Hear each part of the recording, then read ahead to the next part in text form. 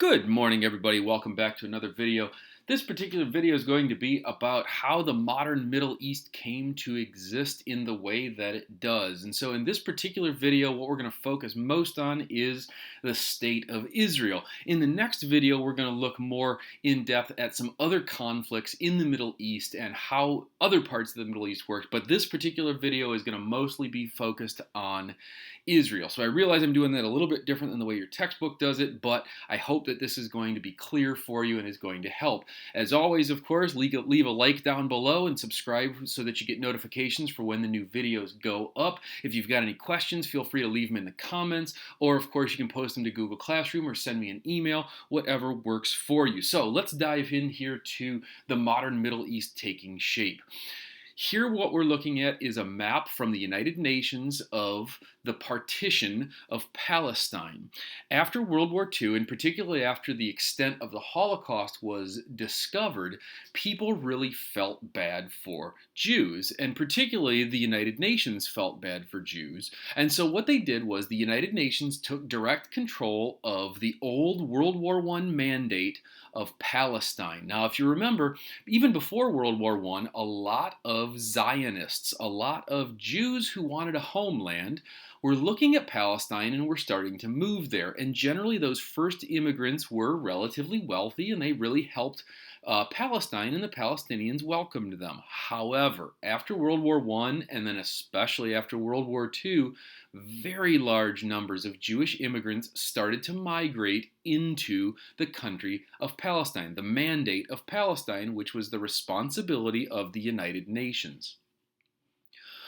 Ultimately, after World War II, the United Nations made the decision that Zionism was going to be fulfilled and Jews were going to have a homeland of their own. And so on November the 28th of 1947, the United Nations voted to split the country of Palestine into two different states within the same country. They were going to vote to change it from just Palestine to one state for Jews, which was going to be called Israel, and one state for Palestinians, which would continue to be Palestine. And so when we look at this particular map, we can see that the kind of reddish-orange color is going to be the territory which the Palestinian people, the Arab Muslim Palestinians, were going to maintain their control over. And then the kind of blue-green color was going to be the new state of Israel, which was going to be reserved for Jews and Jewish settlement. So two states inside of one country. Now, as you would expect, the Palestinian folks were not that terribly happy with the United Nations over this plan for the partition of their country into two different pieces. Jews were relatively happy because, of course, they were fulfilling the expectations of Zionism and of getting a homeland of their own. On May the 14th of 1948, the United Nations made the announcement that they were leaving and that they were no longer going to directly control the state of Israel and Palestine, and that the Mandate of Palestine and the state of Israel were going to be created as separate and independent countries. What we're looking at here is actually a picture of the first prime minister of the state of Israel, whose name was David Ben-Gurion, creating the Knesset, which is their basically Congress. Underneath a portrait, of course, of Theodor Herzl, the guy who originally began this process as a result of the Dreyfus Affair in the late 1800s. In France, the guy who comes up with Zionism, right? This is the very first day of the existence of the state of Israel. On May the 14th of 1948, the countries that neighbor the state of Israel, which would be Palestine, Syria, Iraq, Jordan, Lebanon, and Egypt, which is, of course, 7 countries, declared war against Israel itself. And so on its very first day in existence, the state of Israel had to go to war. The first thing that Israel did is they drafted absolutely everybody into the military. Men, women, everybody. This was an all-out effort. And what you have to realize is in 1948, a lot of these Jewish people who are fighting to keep the state of Israel independent had survived the Holocaust. So if you think about it from that point of view, Are these people going to be afraid? Are they going to be scared of their neighbors going to war against them? Well, after you've lived through Auschwitz, I have to imagine that there's very little on earth that's ever going to scare you again. And so these people really dug their heels in and decided that they were not going to lose the new homeland that they had achieved. What we can see here is, of course, Jewish settlements in white and Palestinian land in green. In 1946, the United Nations plan for a two-state solution, but what you notice here is, of course, after that new war of independence in 1948, not only did Israel not get conquered by its Arab neighbors, but it also took more territory. So in the left-hand side of that map, the third map there, what you can see is the little strip of land in the west is called the Gaza Strip. The Palestinians lost quite a bit of the Gaza Strip.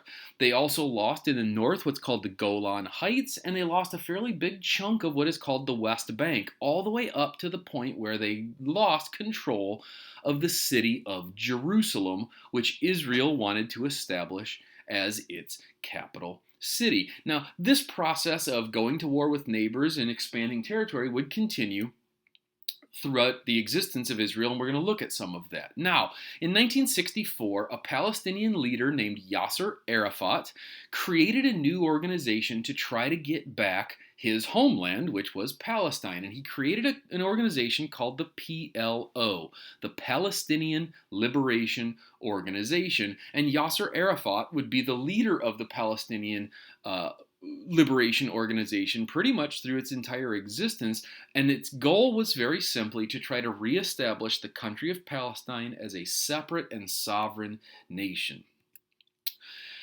In 1967, from June 5th to June 10th of 1967, Israel went to war again, this time because Egypt, Syria, Jordan, and Iraq declared war against Israel to try to reclaim Palestinian territory for their Palestinian friends. This one is called the Six-Day War. In this particular one, not only does Israel win again and took over the entirety of the West Bank and the Golan Heights from Syria, but it also occupied the Sinai Peninsula for a while.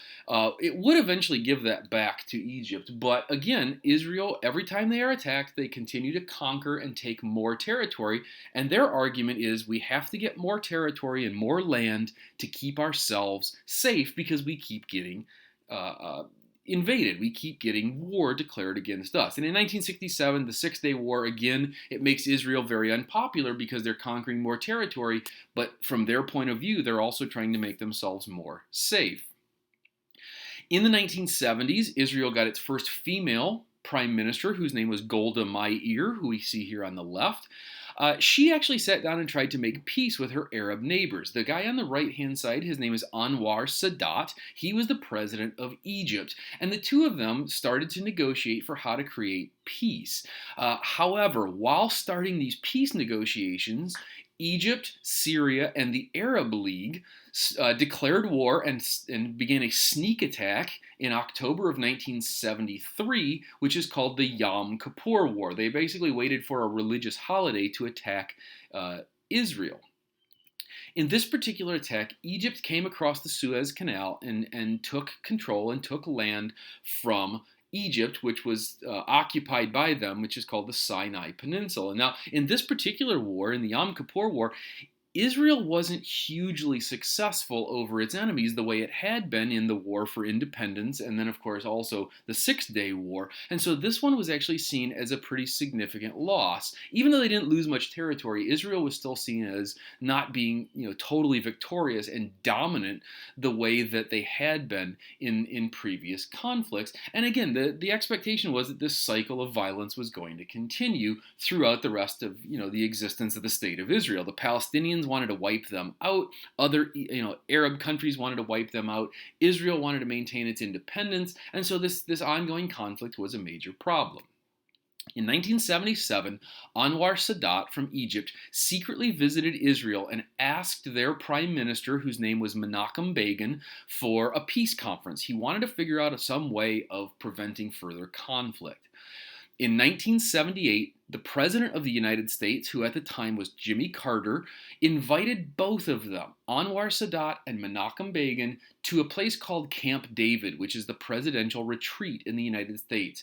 He asked both of these world leaders to come to Camp David to try to ultimately resolve their differences and to create some kind of peace between a Muslim country, an Islamic country, and the Jewish country of Israel. Jimmy Carter was the guy who was going to try to get his team together to negotiate this peace process.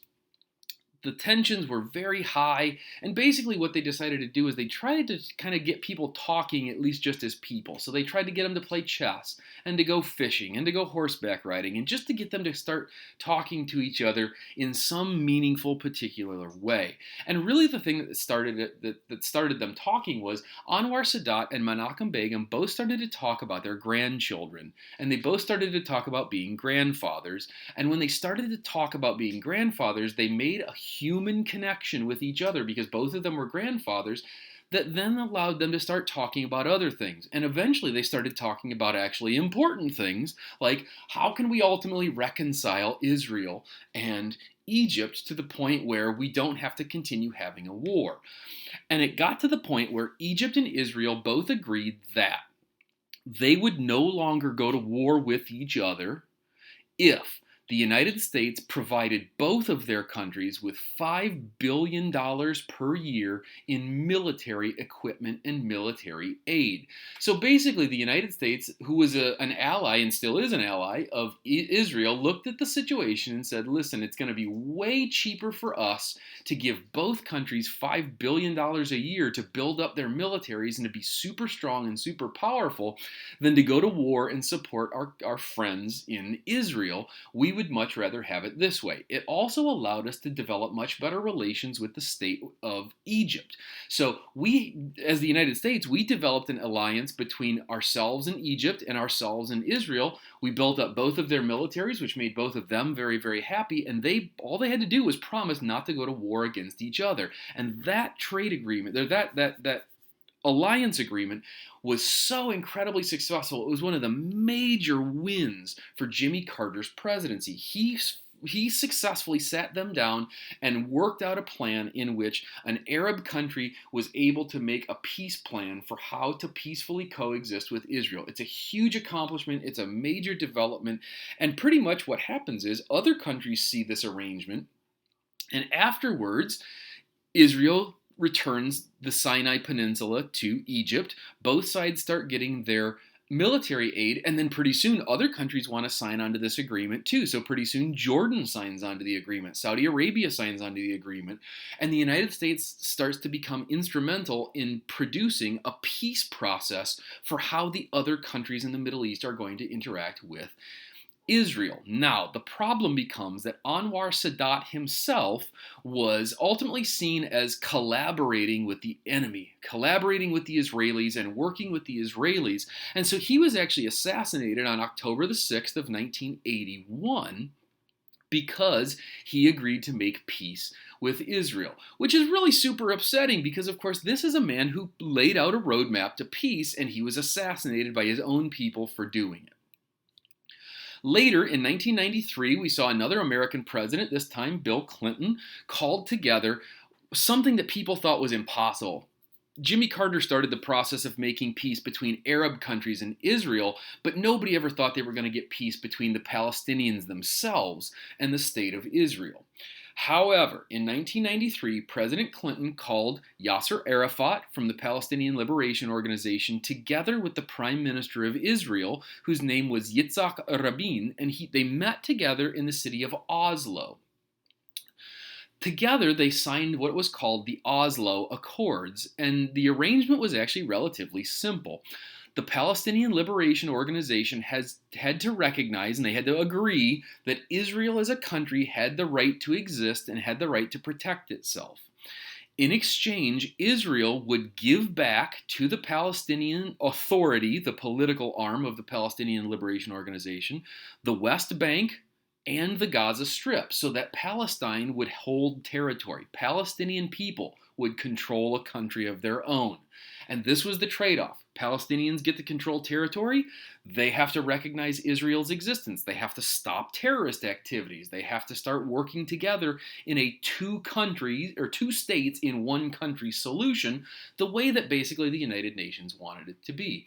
And to everybody's shock, both the Palestinian organization and the Israelis supported this.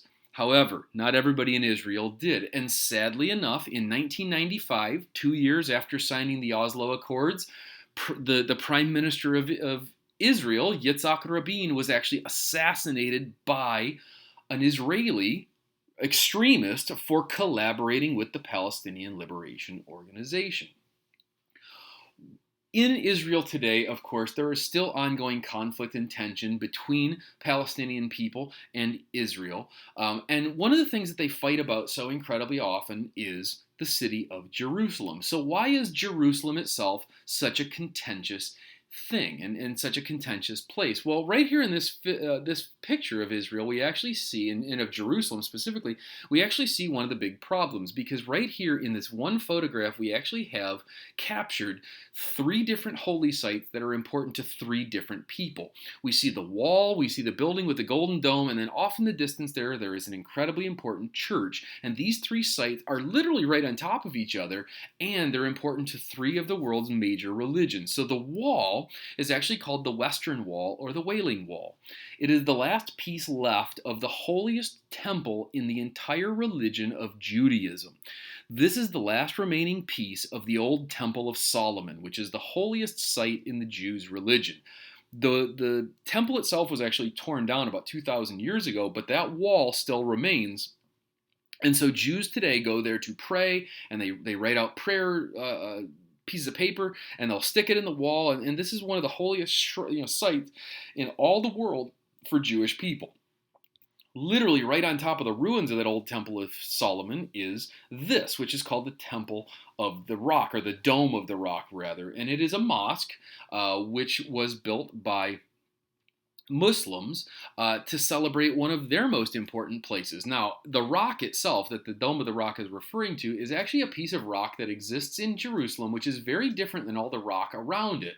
And the old belief was that this piece of rock is different than all the other rocks around it in Jerusalem because it's actually not from Jerusalem. They believe that it's the last piece of Eden, the last piece of paradise that came to earth along with Adam and Eve when they were cast out of paradise following their fall, according to the Jewish and the Christian and the Muslim belief. That rock is the last piece of Eden.